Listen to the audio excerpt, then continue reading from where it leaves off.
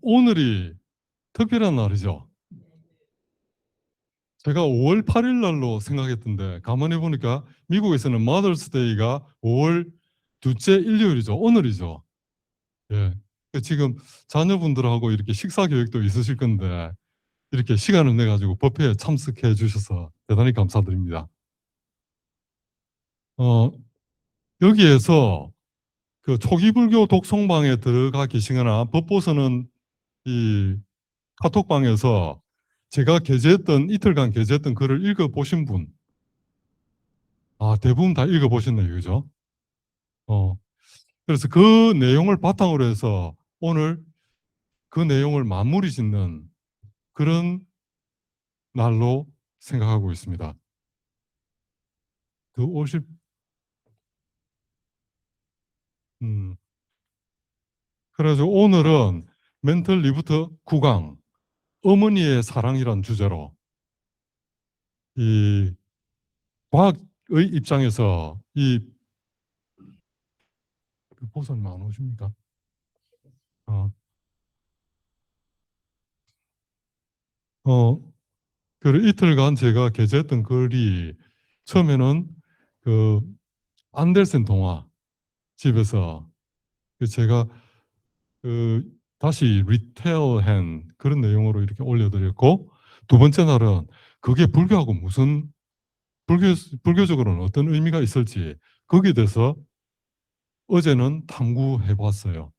그래서 오늘은 그러한 내용을 지금 현대인들에 맞게 새로운 시각으로 과학적인 시각으로 새롭게 조명하는 그런 시간이 되었으면 좋겠습니다. 이때까지 했던 내용을 잠깐 살펴보면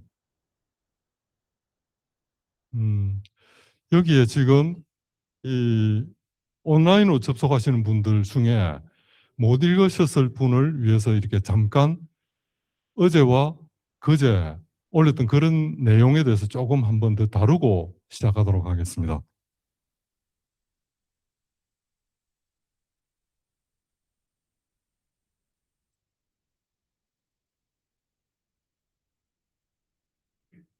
이 그림이 그 한국의 작가 중에 조선경이라는 그림 작가가 있어요. 근데 그 분이 이 안델센의 어머니 이야기를 갖다 제일 잘 이 가슴에 와닿게 그림을 그렸더라고요. 그래가지고 제가 거기에서 카피해가지고 이 슬라이드를 만들었어요. 처음에 이 애가 입을 벌리고 누워있죠. 호흡이 가쁜 모습으로.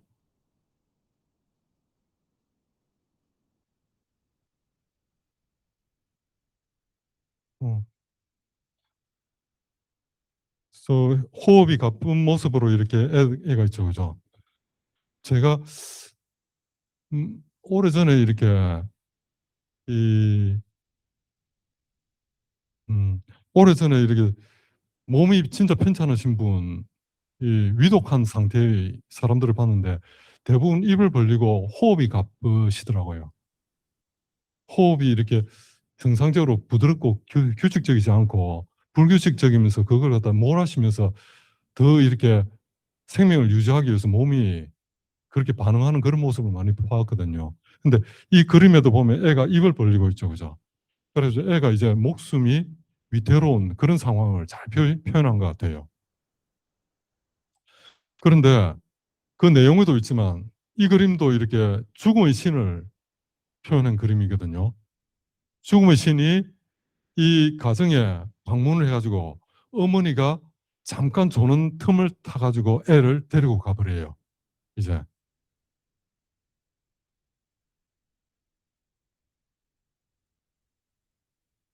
그러니까 어머니는 이 깨고 나서 바로 이렇게 놀래가지고 그 죽음의 사신을 뒤쫓기 시작하는 거죠. 눈보라치는 그런 상황에서. 그래서 그 과정에서 어머니는 그 밤의 신에게 길을 물어봐요. 그 죽음의 신이 어디로 갔는지. 그러니까 밤의 신이 요구하는 게 내가 그럼 원하는 요구가 있다. 그 요구를 들어주면 내가 그 길을 가르쳐 주겠다라고 이야기를 해요. 그래서 그 요구가 뭐냐 이러니까 나한테 네가 알고 있는 모든 자장가를 다 불러달라고 그래요. 그래서 이 어머니는 그 지금 굉장히 다급한 상황에서 그 자장가를 다 불러주면서 그 눈물을 흘리면서 다 불러주고 있는 장면이에요. 그리고 두 번째, 또 길을 갔다가 다시 물었을 때, 갈림길이 왔을 때 가시나무가 앞에 있었어요. 그래서 가시나무도 자기가 원하는 걸 들어주면 죽음의 신이 갔던 그 길을 가르쳐 주겠다라고 이야기를 해요. 그래서 가시나무가 원하는 것은 따뜻하게 안아달라고 그렇게 이야기해요. 한겨울에 가시나무를 갖다 안고 이 어머니는 피를 흘려요. 가시에 찔려가지고. 근데 그 피를 먹고 이 가시나무는 꽃을 피워요. 그래서 길을 또 계속 따라가다가 세 번째는 큰 호수를 만났어요. 건널 수 없는 호수를. 근데 그 호수에게 이 가는 길은 저쪽 죽음의 신이 간 길은 알겠는데 호수가 가로막고 있어요.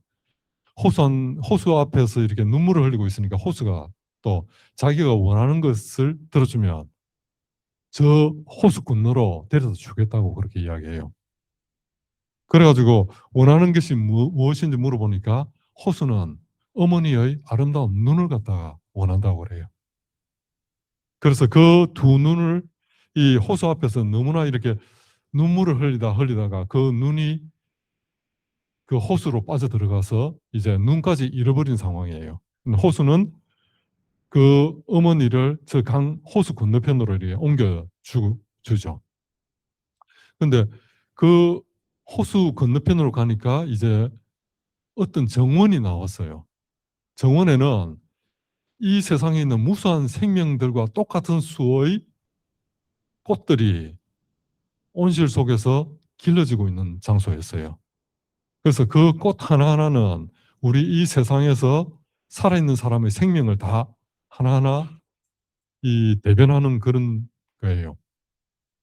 그래서 그 노파에게 애를 찾게 해달라고 수없이 많은 이 꽃들 중에서 이 애를 찾게 해달라고 이야기를 하니까 그래 자기가 원하는 걸 또 들어달라고 그래요. 새까만 머리. 새까만 머리를 내어주고 이제 백발이 되었어요.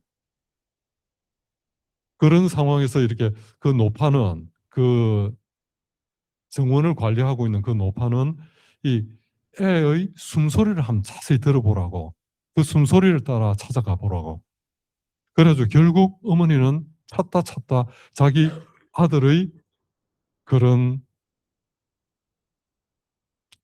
아들의 꽃을 찾고 그 앞에서 오열하고 있어요. 그런데 그때 때마침 죽음의 신이 찾아와요. 죽음의 신보다 어머니가 더 먼저 왔죠. 그죠? 어떻게 어머니 나보다 먼저 올 수 있느냐? 나는 어머니니까요. 어머니 사랑이 이렇게 어, 불가능을 가능하게 할 그 정도의 그런 일을 갖다가 해냈죠. 그래서 이 죽음의 사신이 그 꽃을 달라고 그래요. 꽃을 달라고 하니까 이 어머니는 격렬하게 저항을 해요. 근데 이 죽음의 신의 힘을 이기지는 못하겠죠. 그죠? 그래가지고 그런 이 죽음의 신이 차가운 숨을 갖다 부르니까 어머니 손이 얼어버려요. 그러면서도 그걸 버티기 위해서 다른 꽃까지 인질로 위협하려고 그래요. 그러니까 죽음의 신이 하는 말이 그 당신 같은 그런 괴로움을 다른 어머니에게도 주겠느냐고. 그러니까 여자가 멈칫하게 돼요. 그리고 그 이후에 이 죽음의 신은 호수에서 어머니 눈을 다시 건져가지고 그 어머니에게 어머니가 눈앞을 볼 수 있도록 하고 그 다음에 저기에 있는 우물 속에 두 물그림자에 비친 애의 두 가지 운명을 갖다 이렇게 보여줘요.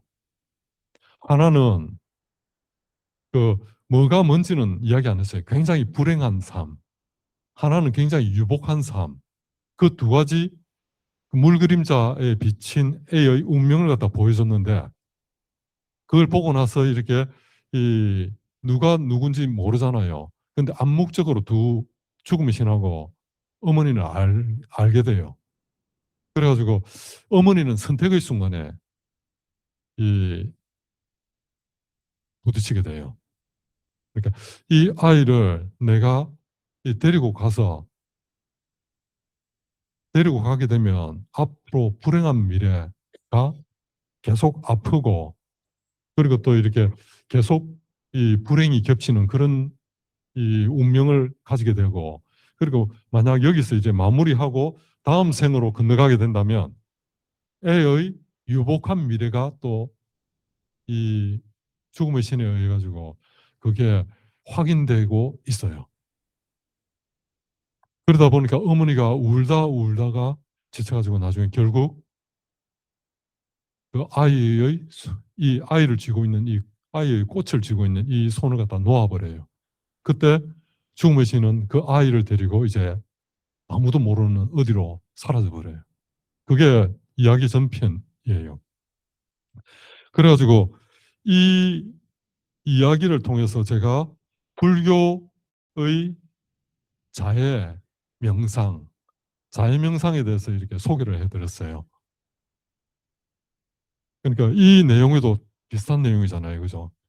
마치 어머니가 하나뿐인 자식을 목숨 바쳐 지키고 보살피듯 모든 살아 숨쉬는 존재들을 향해 한없는 자애심을 키워가기를 그렇게 했는데 불교에서는 이 애정이라는 표현하고 자애라는 표현은 다른 언어로 되어 있어요. 애정이라는 표현은 때마라고 그래요. 산스크리트로는 프레마라고 하는데 그 제가 조금 옆으로 새는 얘기지만 저한테 이렇게 산스크리트하고 팔리어를 가르쳐 주신 저쪽 스리랑카의 교수님 성함이 프레마실이에요. 그 애정을 담뿍 받은 그런 시리는 성자란 뜻이거든요. 그런 이름을 가지고 계시는데 프레마는 그래서 빼마 이거는 제가 머릿속에 오래 기억이 남았던 단어예요. 이렇게. 그래서 빼마라는 것은 우리가 이 어머니의 아들에 대한 애착이 있는 사랑 그리고 연인들끼리의 애착이 있는 서로가 애착을 가지고 묶여 있는 사랑 그런 걸 이야기하고 그와는 달리 메타는 그런 애착을 초월한 사랑을 이야기해요. 그래서 그 두 가지를 갖다 이야기하면서 저는 이 메타와 빼마가 서로 상보적인 관계에 있다는 것을 말씀드렸어요. 그러니까 우리가 메타라고 맨날 이렇게 자비 명상을 하더라도 정말 한 사람을 사랑해보지 않은 애착을 가지고 사랑해보지 않은 그런 사람들은 그 메타의 그런 그 그게 어, 손에 잡히지 않는 그런 이상적인 사랑으로만 남을 수가 있어요. 그러니까 우리가 그 심성을 우리 마음속에서 직접 기르고 자비의 마음을 키워나가고 자기를 더 성장시키려면 그런 기준점이 있어야 된다는 거죠. 사랑의 기준점이. 근데 그 빼만은 한계가 있어요. 그러니까 어머니의 역할처럼 어머니가 이 자기 아들을 살리기 위해서 다른 꽃을 갖다가 해치려고 그랬잖아요. 인질로 삼아가지고. 그와 마찬가지로 이 배타적인 성격을 가지고 있어요. 빼만은. 그러니까 다른 사람들을 다른 사람들의 안위는 걱정 안 하고 일단 나의 애착을 가지고 있는 대상을 위해서만 그 모든 사랑을 관심을 기울이는 거죠. 그래서 그게 빼마만 가지고 있으면 그게 분명히 한계를 가지고 이렇게 부딪힐 수밖에 없다는 거죠. 앞으로 살아가면서. 그리고 그게 메타로 키우기 위해서는 그게 메타 자체만 키울 수가 없고 그런 이 기준점이 있어야 된다는 거죠. 브레마라는 거. 그렇기 때문에 남방에서 이렇게 자비 명상을 갖다가 가르치는 걸 보면 처음에 자기 자신이 위험에서부터 벗어나기를 늘 건강하고 행복하기를 원하는 그 마음을 먼저 생각하고 그 다음에 나로부터 가까운 사람들, 나의 자녀들, 배우자, 그리고 부모님 이렇게 점점 넓혀가서 나중에는 나와 관계없는 사람들, 심지어는 내가 과거에 이렇게 미워했던 사람들까지 그렇게 범위를 점점 넓혀가면서 그 메타의 마음을 키워야 한다는 거죠. 그 메타의 마음을 키우면은 일단은 그 메타의 마음을 키우는 그 사람이 가장 큰 수혜자예요. 왜냐하면 자기 마음에 악한 마음이 있으면, 미워하는 마음이 있으면 그 마음이 마음에 독이 돼가지고 항상 병을 달고 다니게 돼요. 속병도 달고 다니고, 그리고 그 괴로움을 안고 일상생활 속에 잊혀진 듯 하지만 그 마음 밑바닥에 그 미움이나 이런 걸 가지고 다니면서 계속 스스로 괴로워하게 되는 거죠. 그런데 이 메타를 자비 명상을 계속해서 개발한 사람은 그런 악심이 없기 때문에 마음이 늘 평안하고 두려움이 사라진다고 그래요. 밤에 악몽을 많이 꾸시는 분, 여기는 많이 안 계시네요. 그죠? 다행입니다. 그래, 이 악몽을 많이 꾸는 사람들도 보면 마음에 그런 이 괴로움이나 그런 미움이나 이런 게 많이 있기 때문에 그게 그런 식으로 두려움이 커진다고 그렇게 이야기를 하거든요. 그러니까 일단 자비 명상을 통해서 잠을 잘 잔다고 그래요. 잠을 잘 자는 게 참 건강에 중요하거든요. 그죠? 그래, 이와 같은 내용을 제가 이틀에 걸쳐 첫 번째는 이 그 안델센의 어머니 이야기를 올려드렸고 두 번째는 그 불교적인 해석을 올려드렸어요. 이제는 오늘은 이 내용을 조금 더 확장해서 이 과학적인 실험하고 이 연구 결과를 조금 가져와서 우리 불교와 그리고 또 어머니의 날 모두 의미 있는 그런 내용으로 오늘 강연을 하려고 합니다.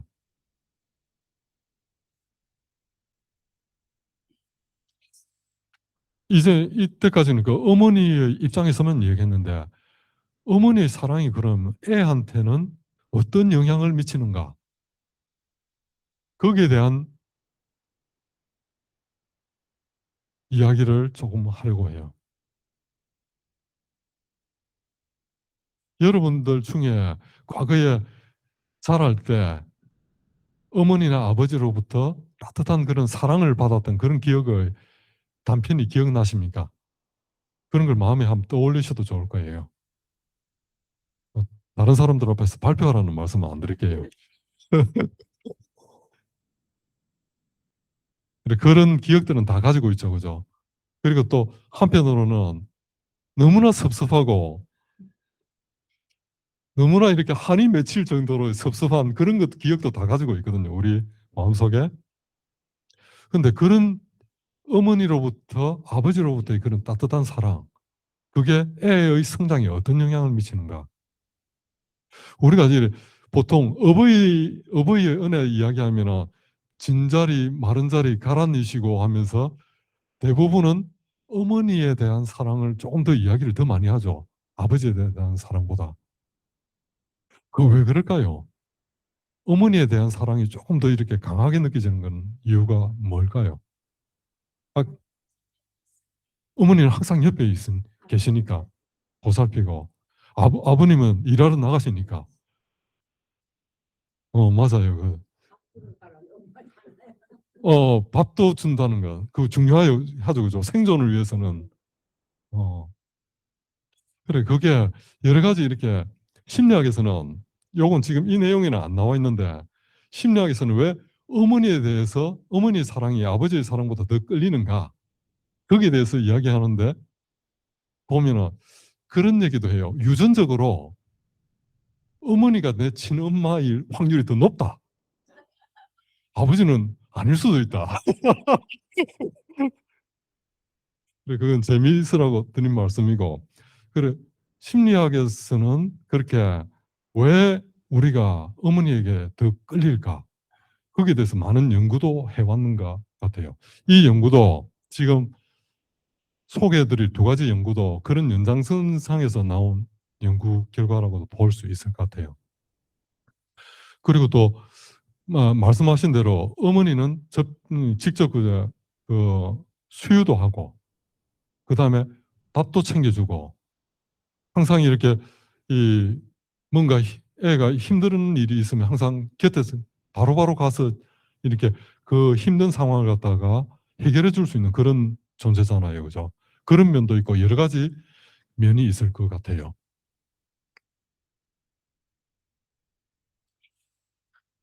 여기서 처음 애착 이론을 조금 설명해 드리려고 하는데 여기 여러 학자들이 이 이론을 갖다 계속 개발했는데 1950년대부터 이 이론이 계속 나왔어요. 근데 이 이론이 나오는데 보통 과거에는 이 과학자들이 이런 식으로 생각했거든요. 왜 그 어머니의 애정이 애들한테 소중한가? 애들이 자라는데 굉장히 소중한 요소가 되는가? 거기에 대해서 음, 일단은 그걸 먼저 생각했어요. 기존 통념은 뭐라고 생각하는가 하면 밥을 주니까, 젖을 주니까, 자기 생존과 불가분의 관계를 가지고 있는 사람이니까 라고 생각했는데 이 실험에서는 조금 다른 시각을 갖다가 제시해요. 이 실험, 원숭이 실험을 1950년도에 했는데 어떤 실험을 했는가 하면 두 가지 그 원숭이를 데리고 와가지고 새끼 원숭이. 하나는 철망으로 만들어진 엄마 모형. 하나는 따뜻한 이런 천으로 된 그 울 같은 거로 해가지고 좀 포근하겠죠, 그죠? 그런 울로 된 그런 엄마를 만들고 젖은 이쪽에서만 나오게 만들었어요. 그리고 우유는 이쪽에서만 공급되게 돼 있어요. 근데 이 원숭이가 젖 먹을 때만 배고플 때만 이쪽 와서 먹고 모든 시간을 갖다 이 털로 된 따뜻한 이 어머니 모형 이 옆에서 딱 이렇게 붙어 있어요. 그리고 어떤 데는 또 여기에 딱 붙어 있는 상태에서 그냥 젖만 이쪽으로 목을 빼가지고 먹어요. 그래서 이 실험을 통해서 어떤 얘기를 하는가 하면은 실제로 어머니의 애정이 그 유아기에서 소중한 이유가 먹는 것뿐만 아니라 먹는 것보다도 더 중요한 건 피부 접촉이래요. 접촉을 통해 가지고 이 그런 애정을 가지고 있는 애정을 교환하는 이런 것이 이 먹는 것보다 더 중요하다는 이야기를 하기 이 실험을 통해서 밝혀내기 시작했어요.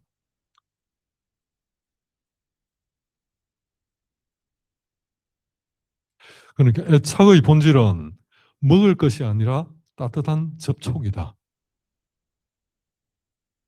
그리고 또 본, 그런 거 보신 기억이 있습니까?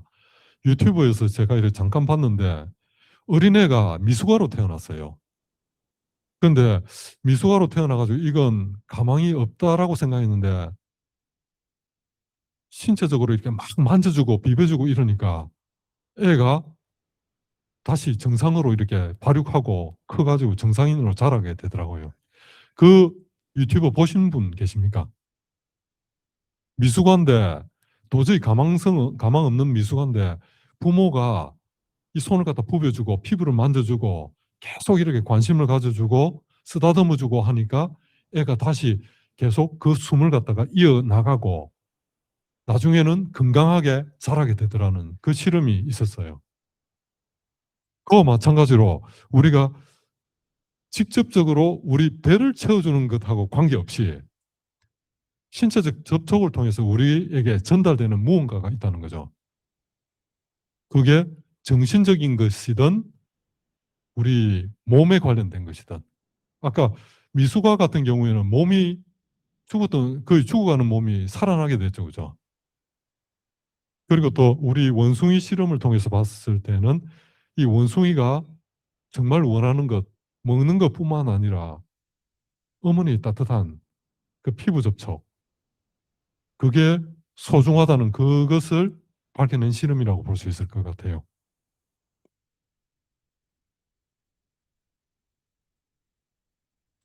어, 그리고 여기서 이 제가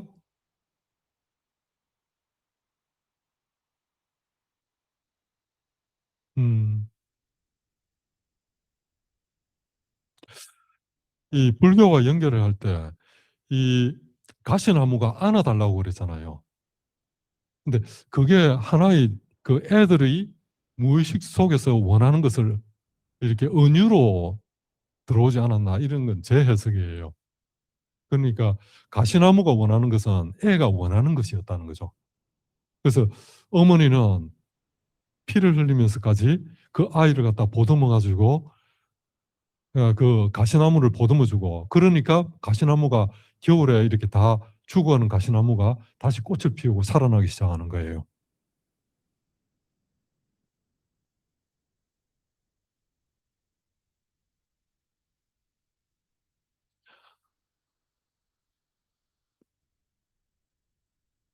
그러니까 이 그 애착 이론에서 조금 더 이렇게 나오게 된 내용이, 그러면 왜 이런 상황이 벌어지느냐에 대해서 조금 연구가 좀 더 진행이 되었죠.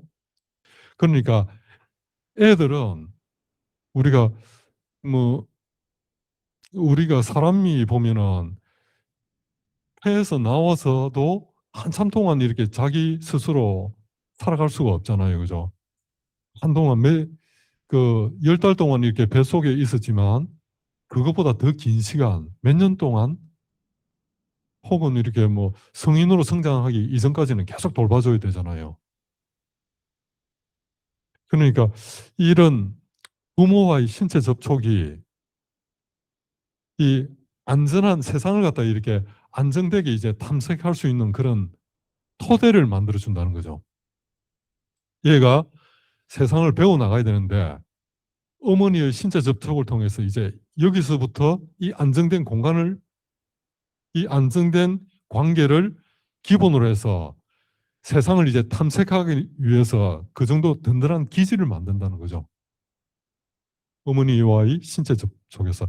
그러니까 이런 그 어릴 때 애정을 듬뿍 받아서 안정된 심리 구조를 가진 사람들이 보면 이렇게 세상을 갖다가 잘 이 호기심을 가지고 탐색을 잘하고, 그리고 또 역경 속에서도 잘 회복된대요.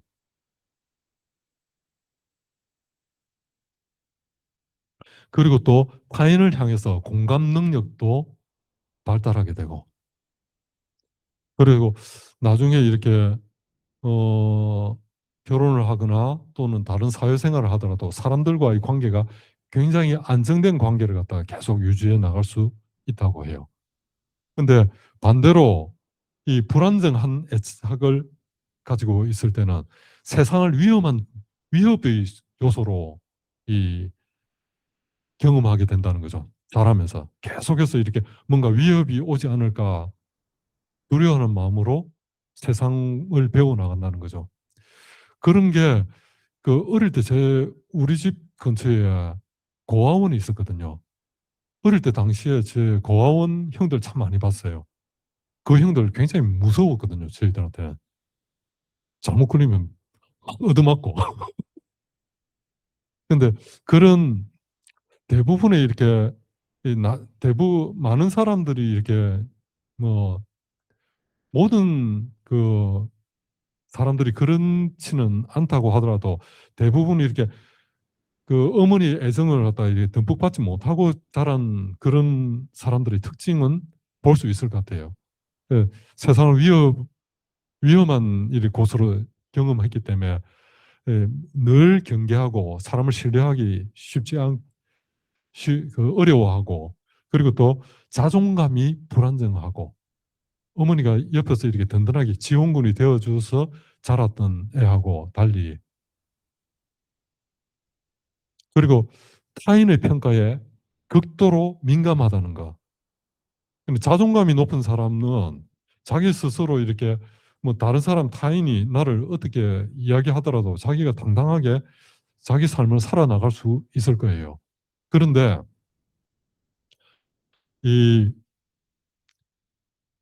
불안정한 애착을 가지고 이렇게 자란 애들 같은 경우에는 타인의 평가에 극도로 민감하고 거기에 대해서 자기가 업 앤 다운이 굉장히 심하게 될 수도 있다는 거죠. 그 관계에서 반복적인 어려움을 갖는다라고 하는 거죠. 아까 그래 그 가시나무의 이야기를 할 때 가시나무가 그 A의 욕구를 갖다 하나를 표현하는 거라고 제가 할지도 모르겠다고 제가 말씀드렸잖아요. 저희 해석을 이야기해 드렸는데 조금 더 저희 해석을. 응?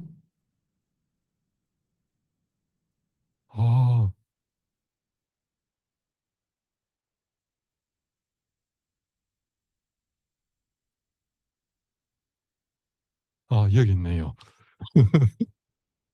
그래, 이건 저희 해석인데 가시나무는 애들이 보면 안아주면 좋아하잖아요. 그죠? 안아줘 하는 그런 애의 욕구라고 보면, 그리고 밤의 여신이 이렇게 자장가를 불러달라고 했잖아요. 근데 그것은 어머니의 목소리, 리듬이 계속 반복되는 그게 굉장한 그 애들이 그 감정, 애들이 어머니의 그 리듬에 맞춰가지고 정서적인 조율을 한대요. 그렇게. 굉장히 그 리듬을 편안하게 느끼고 사람이 가장 편안하게 느꼈을 때 스르륵 잠이 오잖아요. 그죠? 모든 게 안전하니까. 위험하지 않으니까. 그래서 밤이 자장가를 불러달라고 하는 것도 또 애의 욕구로 볼 수 있겠죠. 그죠? 애가 혼자 자기 무서워하잖아요. 엄마가 그래서 옆에서 자장가를 불러주거나 아니면 동화를 읽어주거나 하면 거기에 맞춰가지고 스르륵 또 잠이 들고 그러죠. 그리고 그 노파가 머리카락을 달라고 했잖아요. 그거는 헌신해달라는 거예요. 흑발이 백발이 되도록 어머니의 모든 에너지, 액기스를 다 뽑아가고 그런 그 정도의 헌신을 갖다 확인하고 싶어 하는 거죠. 애가. 그리고 호수에는 두 눈을 달라고 그랬잖아요. 근데 다른 데 쳐다보지 말고 나 좀 계속 바라봐줘. 이 뜻이에요. 애가. 다른 데 쳐다보지 말고 나한테 더 관심을 가져달라는 거. 눈 맞춤을 통해 가지고 아이는 자신의 존재를 확인한다. 다른 곳을 보지 말고 오직 나만 봐달라. 라는 거죠. 그죠? 이러한 것들이 전부 애들의 발달 과정에서의 그런 욕구들을 표현한 것이고 이 욕구들이 충족되었을 때 애가 굉장히 안정되게 그렇게 자라난다라고 볼 수 있을 것 같아요. 그런데 여기에서 아까 그 과거의 그런 기억을 떠올려 봐라고 말씀드렸는데 어떤 분들은 굉장히 부모와의 그런 좋은 추억을 많이 가지고 있는 분도 계실 거예요. 그런데 불행하게도 그게 부족하신 분도 여기에 계실 거예요. 그래서 이 한 방으로 자라날 때의 어릴 때의 환경 한 방으로 사람이 결정되는 것은 아니다. 라는 그 주제로 제가 두 번째 그 심리학적 이 설명을 갖다 이끌어 가려고 해요. 우리 불교에서도 보면 우리는 고정불변하는 어떤 실체가 아니잖아요. 그죠? 계속해서 인연에 따라 변할 수 있는 그런 존재거든요. 그렇기 때문에 지금 내가 어떻게 살아가느냐에 따라 가지고 나 자신의 삶도 달라질 수 있고 나를 바탕으로 자라고 있는 애들도 달라질 수 있고 그 후대에까지도 영향을 미칠 수 있다라는 그런 주제로 이끌어 가려고 그래요.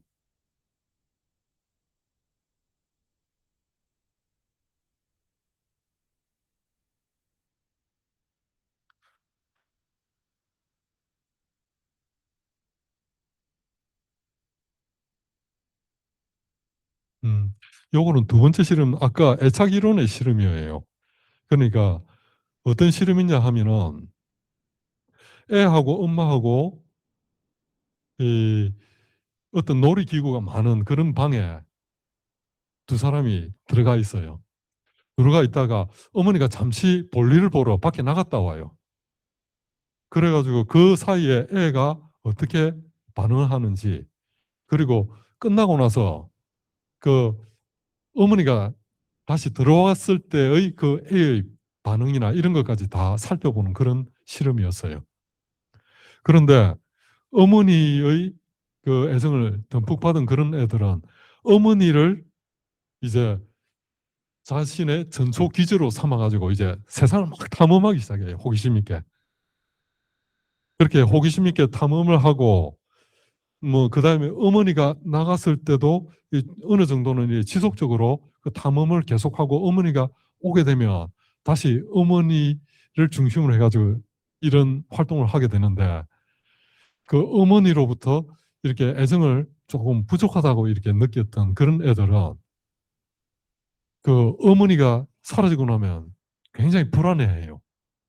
그렇게 불안해하고 어머니가 돌아왔을 때도 어머니에 대해서 일부러 눈을 안 맞추고 딴 데를 봐요. 그러니까 자기가 이런 그런 따뜻함을 충분히 이래 받지 못했던 그런 존재에 대해서 그렇게 신뢰하지 않는 그런 눈길을 주는 거죠. 그래서 이런 실험을 통해서 아까 그런 결과들, 그러니까 애정을 잘 받아서 이렇게 큰 그런 애들이 그 세상을 갖다 잘 탐험한다는 거, 그리고 또 실패해서도 굉장히 빨리 회복해서 다시 시작할 수 있다는 것. 그런 내용의 실험이었어요. 그리고 지금 제가 이 아까 희망을 가질 모든 사람들이 희망을 가져도 좋다고 이야기한 내용이 바로 그 후성 유전학이에요.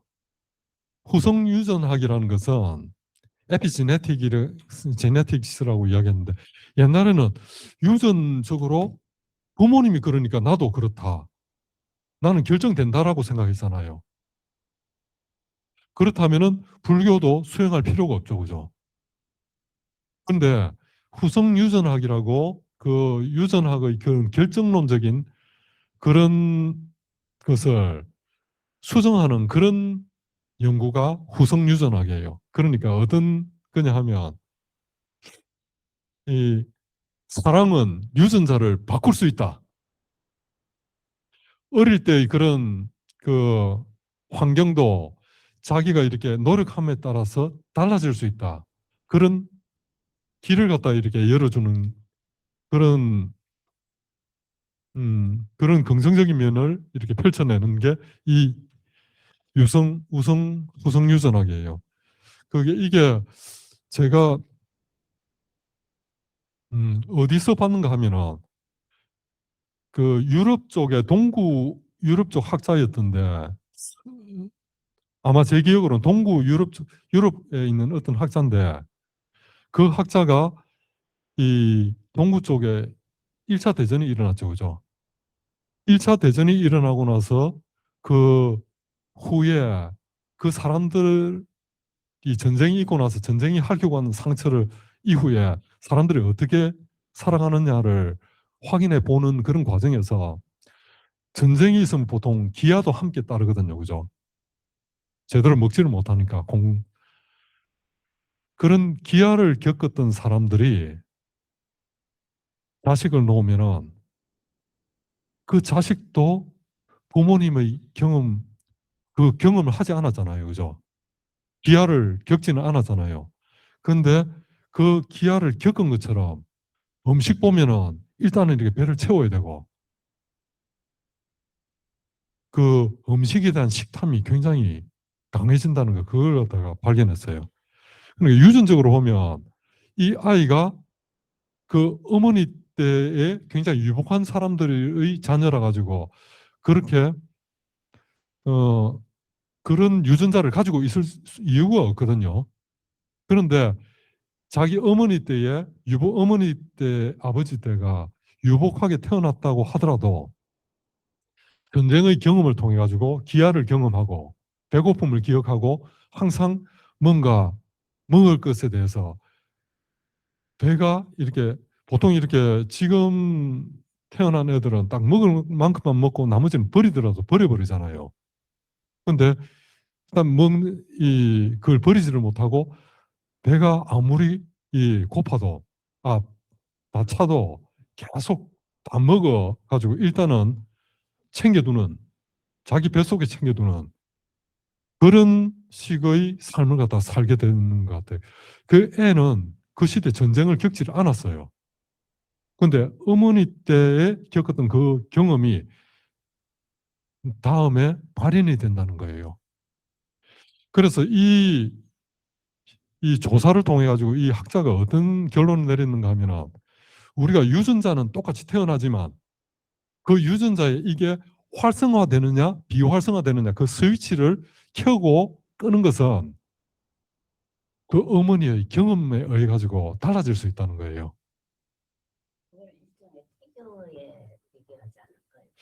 아니요, 그 태교보다 더 예. 그러니까 그 애가 아마 이렇게 어머니 태 속에 있을 때 그 전쟁 경험, 기아의 경험을 가지고 있었다면 더 아마 그게 강력할 거예요. 근데 그 자녀들이 그 이후에 태어난 자녀들도 그런 성향을 가지고 있다는 거죠. 유전적으로 우리가 유전 정보에 가지고 우리가 모든 게 다 결정되는 게 아니고 유전 정보가 발현될지 말지는 그 다음 환경에 따라서 달라질 수 있다는 거예요. 그리고 그 달라진 것은 그게 한번 발현됐던 것은 그 다음 세대까지 넘어갈 수가 있어요. 후성 유전학에서 발견한 건 그런 내용이에요. 우리가 지금 아버지의 그런 원초적인 그런 경험이 자녀한테 유전으로 물려갈 수 있다는 거예요. 우리는 유전은 그 환경하고는 완전히 딴 거라고 생각했는데 환경에 의해서 유전이 발현되고 발현되지 않은 것이 켜지고 꺼지는 것이 정해지고 그 켜지고 꺼지는 것도 발현하는 것도 후대에 물려줄 수 있다는 거예요.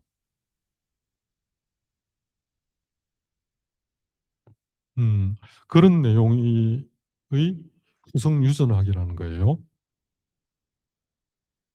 그 어떤 실험을 했는가 하면 마이클 민이라는 사람이 있어요.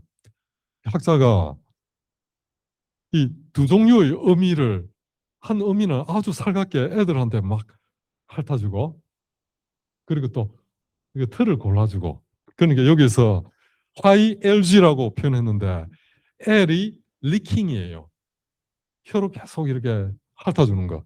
그리고 G는 그루밍, 뭐 손으로 이렇게 싹싹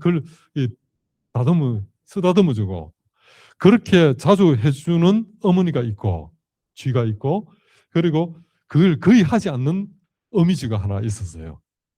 근데 그렇게 보면은 요 새끼들 한 10마리가 있었다면 이 10마리 새끼가 이 어미의 그 유전을 받아가지고 그렇게 뭐 안정된 그거로 안정된 그런 걸 그런 유전적으로 받았을 수도 있잖아요. 그죠? 근데 그게 아니라는 것을 이렇게 조금 더 확인하기 위해서 실험을 이렇게 설계해요. 5마리, 10마리 중에 5마리 꺼내가지고 5마리를 번호 꼬리에 표를 붙여가지고 이 거의 하지 않는 어머니한테 갖다 놔요. 그리고 거의 하지 않는 어머니의 새끼 5마리를 또 꼬리표를 붙여가지고 또 여기 갖다 놔요. 근데 결과는 어떻게 됐느냐? 어떻게 됐을 것 같아요? 예? 어떤 차이가? 그러니까 네 가지 부류가 있어요.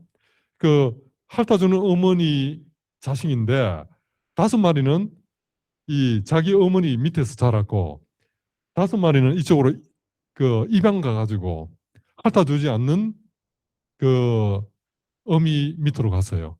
그리고 또 이 핥아주지 않는 어미 밑에 10마리 중에서도 5마리는 이쪽으로 데리고 왔어요. 그런데 어떤 분포를 보일까요?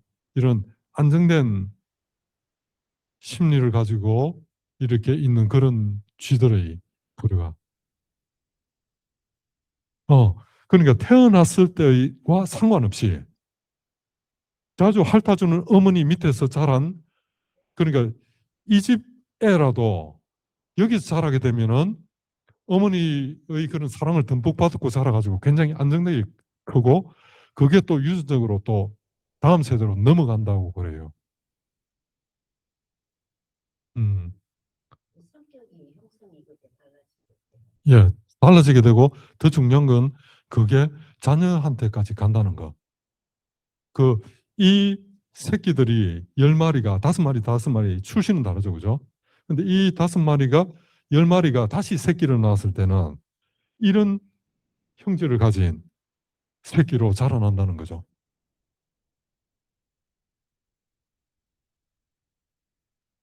그래서 세대를 넘는다는 이게 중요해요. 그러니까 우리가 지금 자비 명상을 갖다가 우리가 명상 시간에 자비 명상을 갖다가 공부를 하거든요. 그런데 그렇게 해서 길러진 우리 자비의 마음이 자기 자신을 행복하게도 하지만 그게 자녀들한테도 간다는 거. 아직 그 애가 태어나지 않았다면 그게 유전적으로도 이 발현되는 유전의 기질이 그렇게 영향을 준다는 것. 그리고 그 자녀들조차 다시 손주 때를 낳게 되면 그런 이 자비의 마음을 가진 애가 태어날 수 있는 그런 환경이 만들어진다는 거죠.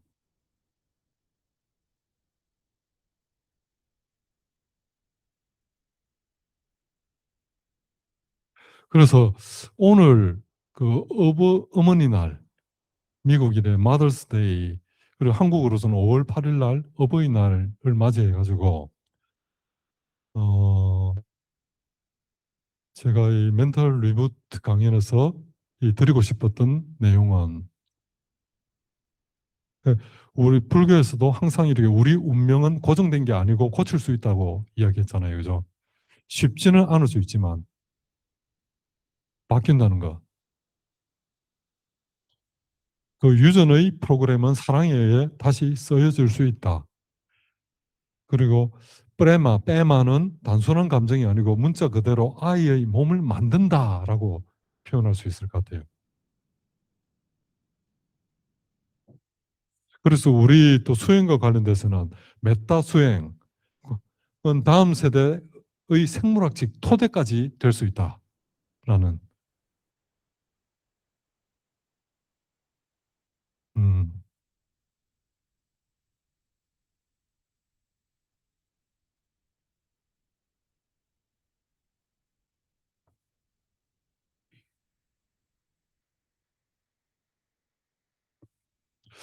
그리고 오늘 제가 드릴 말씀 다 드렸던 것 같아요. 그죠? 예, 슬라이드 만들 때는 슬라이드하고 관계없이 이렇게 먼저 말이 먼저 다 나와버린 경우도 많아요. 그래서 슬라이드도 벌써 말씀 다 드린 내용이죠. 그죠? 그래. 안델센 동화집은 기독교 문화에서 바탕으로 만들어진 그 동화예요. 그래가지고 실제로 그 동화 내용 끝에 보면 하나님 얘기도 많이 나와요. 그러니까 애가 하나님의 품으로 갔다라고, 그렇게 그게 행복한 미래고, 그리고 자기하고 다시 목숨이 살아났을 때는 그때는 이렇게 앞으로 험난한 그런 인생이 앞으로 펼쳐질 것이다 라는 그런 식으로 쓰여 있는데, 그걸 제가 조금 각색해 가지고 우리 불교도들도 좀 접근하기 쉽게 그 내용을 조금 바꿨음을 제가 말씀드립니다. 어, 예. 그 가시나무를 안아 피를 흘릴 때 그 따뜻한 피가 아이의 유전자 스위치를 켜고 있었다는 것. 그런 식으로 우리가 어, 자녀들에게 따뜻한 사랑을 준 게 그렇게 넘어갈 수 있다는 것. 그리고 죽음의 신 앞에서 손을 놓을 때, 그러니까 애에 대한 그 꽃을 갖다 딱 쥐고 있다가 그 놓을 때 그 어머니가 뭐 몇 달까지 그렇게 거창하게 이야기할 수는 없을 것 같아요. 그죠? 어머니는 여전히 어머니였고 애에 대한 애착은 여전히 가지고 있었고 애의 미래가 자기가 데려갔을 때보다 죽음의 신이 데리고 갔을 때 그때 더 나은 거라고 생각하고 자기가 울다 울다 포기해버리는 그런 것이지 우리가 지금 제가 불교식으로 해석하듯이 이런 데까지는 나아가지는 못했겠죠. 그죠? 그래, 이런 내용을 가지고 이 어버이날을 맞이해서 어버이의 사랑, 이런 따뜻한 사랑, 예, 늘 감사하는 그런 마음으로 을 가지고 그 마음을 확대해서 우리 자비 명상, 자비의 마음을 키워나가는 게 나에게도 좋고 나의 자녀에게도 좋고 앞으로 그 후대에까지 영향을 미칠 수 있다라는 그런 내용으로 오늘 강연을 마치도록 하겠습니다.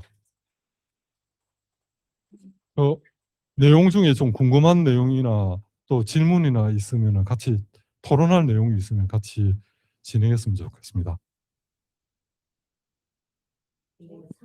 잠깐만요. 우리 온라인으로 들어오는 분들도 계시기 때문에 이 마이크를 들고 말씀해 주시죠. 예. 예. 아니 저희 부모한테 사랑을 못 받고 자란 그 아이들이요. 자라면서 그 환경에 따라서 또 성격이 변할 수도 있잖아요. 예. 걔는 이제 그 부모한테 이제 구박을 많이 받고 예. 또 이제 좋지 않은 얘기를 많이 듣고 또 이제 그 저하되는 그런 이제 인격적으로 그걸 했다면은 그분이 이제 자라면서 그 환경에 따라서 변할 수가 있지 않을까. 예. 그러니까 그 변화할 수 있는 그 계기가 우리의 그 종교가 아닐까 싶어요. 그래서 제가 그 처음에는 저도 이제 기독교 뭐 천수교 했는데 불교에 임한 게 그 불경을 보고 그 법문을 들으면은 우리 인생이 어떻게 살아가야 되는지 그 지표를 주는 것 같더라고요. 그래서 제가 많이 거기에 동화돼 가지고 제 그 삶이 바뀌어지고 또 내가 어떻게 살아야 되는지 거기에 대한 그런 게 많이 해가지고 현재까지 왔거든요. 그래서 이 불교라는 게 그냥 종교보다도 내가 살아가는 데 있어서 내가 어떻게 이거를 마음을 갖고 살아야 되는지 그런 게 이제 굉장히 중요한 것 같아요. 그래서 자랄 때에 어떠한 그 환경에 있든지 그거는 그때 순간이고 자라면서 자기가 그걸 변화를 시켜야 되는데 그 변화를 주는 그 메서가 이제 저는 가만히 기독교나 뭐 다른 종교보다도 불교가 그 마음에 닿지 않나 싶은 그런 생각이 들고 저 스님께서 두 번째로 그 어머니 그 한 게 너무 공감이 되고 너무 좋았어요. 네, 예, 감사합니다. 감사합니다. 예, 불교하고 기독교하고 비교해 보면 불교에도 이렇게 그 상가가 어떤 상가에 넣느냐에 따라 가지고 그게 조금 달라질 수도 있을 것 같아요. 근데 불교는 더 많은 부분이 좀 이성적인 부분이 많잖아요. 근데 그런 기독교 쪽에서는 또 사랑을 실천하면서 애들한테 베풀고 그런 분위기 속에서 이렇게 더 많은 걸 갖다 거기서 이렇게 자기 변화를 갖다가 만들 수도 있을 것도 같거든요. 근데 우리 유순덕 보살님께서 불교에서 이렇게 많은 좋은 영향을 받아가지고 이렇게 그 영향을 많이 받으신 것 같아요. 그런데 불교도 그 커뮤니티에 따라 가지고 성격이 조금 많이 다른 것 같아요. 그러니까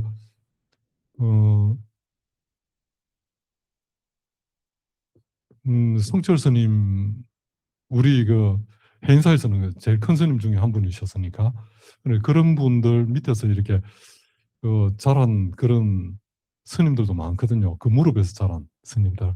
근데 그런 스님들 중에서 이렇게 그 큰 스님이 이렇게 따뜻한 그런 한마디도 있었지만 훈육이 좀 더 큰 경우가 많았던 것 같아요. 그런 경우에는 어른 스님들 조금 무서워하고 이러는 식으로 스님들이 자라는 그런 경우도 좀 많이 봤거든요. 근데 자기가 어떻게 받아들이느냐에 문제가 있는 것 같아요. 음. 이렇게 살아가면서 음. 제 경우는 불교를 믿으면서 이게 인생의 지표구나. 그러니까 자기가 어떻게 받느냐가 문제죠. 그러니까 그거를 뭐 비판하거나 뭐 비교하거나 이런 것보다도 내가 살아가는 데에서 이거구나 하고 자기가 그게 가장 그게 중요한 것 같아요. 어떤 종교든지 간에. 근데 기독교는 이제 남한테 이제 하나님한테 의지를 하는 거고 불교는 이제 마음에 이제 공부를 하면서 자기가 그거를 구축해 나가는 거죠. 인격을 예. 그렇게 하고 자기 그게 삶을 중요한 자기가 것입니다. 개척해 나가는 거죠. 그렇지, 그죠? 그게 중요한 예. 것 같아요. 예. 불교에서는 그죠? 신에게 의지하지 않고 그러니까 자기 스스로 자기 삶을 개척해 나가라고 하잖아요. 그죠? 그 근거는 우리가 연기법, 모든 것은 무상하게 변하기 때문에 흐름이기 때문에 그 흐름은 자기가 미래의 더 유복하고 더 이렇게 건강한 그런 삶을 위해서 변화시킬 수 있다는 거. 예. 그래서 불교가 보면은 이렇게 굉장히 이렇게 지금 후성유전학이나 이런 내용하고도 참 많이 그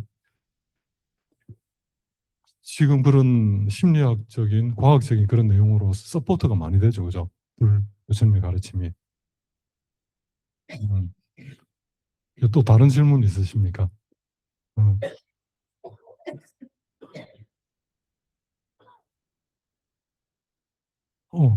예. 네. 글쎄, 이렇게 잘 모르겠습니다만 아무튼 오늘 스님 말씀 들으면서요. 지난번에 말씀해 주시는 연기법을 계속 떠올리게 했어요. 예, 그래서 두 가지의 지금 실험을 말씀하셨는데 첫 번째 실험에서 글쎄 자식을 키우고 제 자신도 자식이니까 또 저 밑에 자식을 키우면서도 도대체가 쟤는 우리 엄마 아버지 누구 닮았나? 뭐 이럴 때도 있고요. 쉽게 말해가지고 병이라든가 그런데 그게 유전인가? 뭐 유전은 아니라는데 뭐 이런 것들도 있었습니다. 성격 말씀입니까? 아니면은 신체적인? 실제적입니다. 실제적인 얘기 지금 말씀드려요. 신체적인 것인지 아니면은 생각? 아닙니다. 실제적으로 제가 자식도 키우고 있잖아요. 예. 그래서 저도 부모님도 자식이고 이럴 때 지금 스님 말씀해 주시는 그걸 갖다가 떠올리면서 제 생각을 했다는 겁니다. 예, 제 생각에서는 첫 번째 거는 보니까 과연 우리 엄마 아버지 우리 애들 할아버지한테도 우리 시어머니 시아버지한테도 없는데도 얘는 그러네 이럴 수 있는 자식도 있어요. 예. 예, 그러면 그대로 얘기한다면 피부 같은 것도 피부 같은 것들은 전혀 우리 생각지도 않은 피부를 닮은 애들이 나오더라고요. 그렇다면은 이게 유전이 된다 안 된다를 저는 지금 그럴 수가 있겠다 하고 이해가 됩니다. 예, 이해가 되고 두 번째 실험을 봐서는 뭐라 했냐면 자기가 낳는 그 쥐 새끼를 갖다가 잘라서 키울 때에 그렇다면은 유전이라 하더라도 환경이라든가 키우는 거에 따라서 뭐가 달라질 수가 있구나. 쉽게 말해서 연기법을 생각하게 하거든요. 그렇다면 부처님이 과연 아까 뭐 종교를 비교하는 건 아닙니다만 딱 이렇게 저렇게 픽스가 돼 있는 아니면은 지금 마지막에 그러셨어요. 저 안델센 저기에는 기독교적인 그걸로다가 그게 아니면은 이렇게 해서 하늘나라에 가니까 편안하게 있어도 된다라든가 종교는 다 마지막엔 다 그렇잖아요. 편안하게 해주게 하기 위해서 그렇게 하는 걸 그거는 종교적인 차원에서는 틀릴 수가 있지만은 저는 제가 이게 건방지지만은 나이도 이제 얼마 안 살았는 나이에 과연 내가 이 부처님 믿는 거를 하나라도 뭘 배워야 되겠나, 뭘 알아야 되겠나 굉장히 의심을 아닌 의심 비슷하게 하면서 알려고 노력을 하는 사람 중에 하나이기 때문에 말씀을 드리는데, 그렇다면은 연기법이 과연 그 몇천 년 전에 우리 부처님이 가르쳐 줬는 그게 지금 시대에도 물론 맞을 뿐만 아니라 정확하게 실험 과정하는 과학자들의 실험 과정에서 맞추고 있고 여러 가지를 본다면 내가 지금 그나마도 늦게라도 부처님 믿는 게 행복하고 감사하다라고 느낍니다. 감사합니다, 스님. 예, 감사합니다. 음, 예, 제가 그 얘기요. 9.11 있고 나서 그때 거기에서 이렇게 빌딩이 무너지고 하는 그런 그걸 옆에서 지켜봤던 사람의 자녀들이 스트레스 수치가 굉장히 높대요. 그래서 불안정한 그런 것도 있고, 그걸 아마 실험한, 조사한 그런 연구가 있는 것 같은데, 그렇게 우리가 그 부모의 그런 유전이나 부모가 겪었던 그런 과거의 그런 경험이 우리한테 면면이 이어주는 것 굉장히 강력한 것 같아요. 근데 그게 완전히 이렇게 우리가 극복하기 어려울 정도의 그런 장애이냐? 그건 아니라는 거죠. 불교에서 그런 연기법을 봐도 모든 것은 무상하게 변화하는 흐름이잖아요. 그러다 보니까 자기가 가지고 있던 어떤 우리 불교식으로 말하면 업이라고 이야기할 수 있겠죠. 그죠? 자기가 가져왔던 업, 부모님한테 받았던 유전적인 거든 아니면 환경적인 요소든. 근데 그것으로 결정되는 게 아니고 아까 말씀하셨다시피 연기법을 통해서 자기 자신을 더 선한 선법으로 바꿀 수 있다는 것. 그게 불교의 수행이 주는 희망의 메시지예요. 네, 맞습니다. 더 질문이 없으면 빨리 마칠까요? 예, 좋아요. 거기에서 제가 예, 음식을 주는 거나 수유 예. 이런 거 그걸 제가 굉장히 공감을 했어요. 예, 그러니까 저기 그 손주들 보면 제 남편은 이렇게 허그를 그렇게 많이 해줘요. 저는 허그를 잘 안 해요. 근데 제가 음식을 많이 공급을 해도 애들은 가면 할아버지한테만 그래서 제가 그건 제가 굉장히 공감을 했는데 그 나머지 거에 대해서는 제가 조금 의심이 생기는 게 예. 제가 며칠 전에 TV를 봤는데요. 예. 조금 됐나 봐요. TV를 봤는데 일란성 쌍둥이예요. 예. 그래서 그 정말 부모도 잘 구별을 못할 정도로 똑같이 닮았고 모든 게 그 국민학교 다닐 때까지 이럴 때는 막 똑같았대요. 근데 지금 한 분은 유명한 그 학자시고요. 그리고 굉장히 자기 몸을 자기 컨트롤 잘해요. 그래서 항상 운동하고 뭐 이러고. 근데 또 한 분은 그 요트를 고치시는 분이 그 요트에서 사시더라고요. 예. 근데 이 사람은 밤낮 햄버거에 그냥 그런 것만 먹고 뚱뚱해요. 근데 그랬으면 같은 어머니에서 일란성 쌍둥이를 낳아서 똑같은 환경에서 자랐는데 왜 저렇게 다르게 됐을까? 같이 컸습니까? 예, 같이 컸어요. 같이 자랐고. 예. 그래. 그래서 그거에 대한 질문이 조금 의문이 들더라고요. 너무 달라요. 그리고 우리가 자라면서 수많은 환경 속을 수많은 환경에 처해져 있을 것 같아요. 그러니까 어릴 때는 부모님으로부터 이렇게 바로 곁에서 케어받는 그게 가장 큰 영향을 미쳤지만 나중에 10대가 돼가지고는 자기 피어들이죠, 그죠? 자기들 나이 또래 애들 자기들 나이 또래 애들이 어떤 집단이 형성되느냐에 따라 가지고 또 굉장히 크게 바뀌는가 봐요. 그래가지고 그런 두 일란성 쌍둥이면 거의 유전적인 형질은 같고 그죠? 같은데 거기서 발현되는 후성 유전 인자 있죠. 그러니까 우리가 같은 유전자를 가지고 있더라도 10대 때 피어들이 어떻게 형성돼 가지고 거기에 거기 따라 가지고 사느냐에 따라 가지고 후성으로 켜지고 발현되고 꺼지고 하는 그런 스위치가 다 달라져 버렸을 것 같아요. 그러니까 한 사람은 그렇게 아주 학자로 잘 크고 자기 관리도 잘하는 그런 학자로 크지만 다른 분은 뭐 요트하고 그렇게 운동도 많이 했는데 그게 자기 관리가 안 되는 방향으로 또 그렇게 흘러버렸네요. 그죠? 그런 삶이. 네, 요트에서 예. 자기 살고 있는데 예. 그 자기 직업이 요트를 고치는 거라 그러더라고요. 근데 이분은 운동을 안 하세요. 얘는 뚱뚱해가지고 운동을 안 하시고 완전히 판이하게 달라요. 근데 환경, 자라난 환경, 어머니, 일란성 쌍둥이 모든 게 너무나 똑같은데 그래서 그거를 보고서는 지금 그 주제를 설명하실 때 그거는 어떻게 설명이 될까 하고 좀 의문이 졌어요. 예, 그래. 예. 지금 현재 저는 단순하게 그냥 어릴 때 애정을 받았느냐 안 받았느냐 몇 개 이렇게 신체적인 그런 그루밍이나 리킹을 갖다 이렇게 많이 받았는 쥐의 경우에는 그걸 이야기하지만 사실 살아가는 그 환경은 다양한 변수가 있잖아요. 수많은 변수가 있을 수 있잖아요.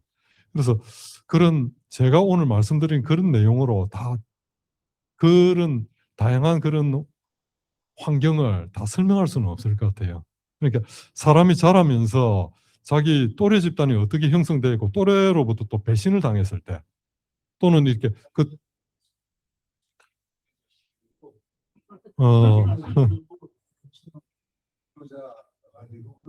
예. 그래 이게 그런 여러 가지 환경 속에서 그런 여러 가지 환경 속에서 계속 불교식으로 말하면 변화할 수 있다는 거죠. 무상하기 때문에. 고정된 실체가 없기 때문에. 그 사람 유전 정보가 그대로 이어져 있고 부모로부터 받은 그런 후성 스위치가 딱 어느 정도 정해져 있다고 하더라도 자기가 자라면서 또래에서 영향을 받으면서 자기가 키워나가고 또 어떤 면에서는 또 불교를 만나서 좋은 스승을 만나서 삶이 완전히 이렇게 자기 성격까지 완전히 다 바꿀 수 있는 그런 사람들도 있지 않을까라는 생각을 하고 있어요. 그러니까 변수는 너무나 많다는 거 살면서 그렇게 이해하면 될 것 같아요. 예. 그러면은 오늘 강의는 이거로 조금 더 예. 인터넷으로 메시지를 테드고 예. 보사님께서 해주셔갖고 그냥 잠깐만 읽어만 드릴게요. 메시지만 남기고 나가셔가지고 그 질문이라고 하기는 후성 유전학과 불교의 연기법과 닮아 있는 것 같아 보입니다. 숙명론을 부정하고 나의 경험과 행동에 따라 유전도 바뀌어질 수 있다는 점과 나의 선업이 과거의 불선업도 현생의 삶도 달라질 수 있다는 금강경 16분 능정업장분과 맥을 같이 하는 듯 합니다. 예, 좋은 코멘트를 남겨주셨어요. 그렇게 우리가 모든 게 정해져 있어가지고 그렇게 살 수밖에 없다고 하면 얼마나 삶이 의미가 없잖아요. 근데 우리가 늘 자기 삶을 성찰하고 자기 자신을 삶을 자기가 원하는 대로 끌고 갈 수 있다는 것이 불교의 연기법이 주는 희망의 메시지라고 할 수 있어요. 그리고 또 우리 고명순 보살님이시죠. 예, 그 보살님께서 말씀해 주신 그런 태도고 거사님께서 그렇게 거사님께서 그렇게 말씀해 주신 그런 금강경에서 이렇게 자기 업장이 이렇게 녹아 없어지는 그런 것들도 우리 수행으로 가능하다라는 그런 희망의 메시지로 마무리할 수 있을 것 같아요. 그럼 이것으로 오늘 법회를 모두 마치도록 하겠습니다. 감사합니다.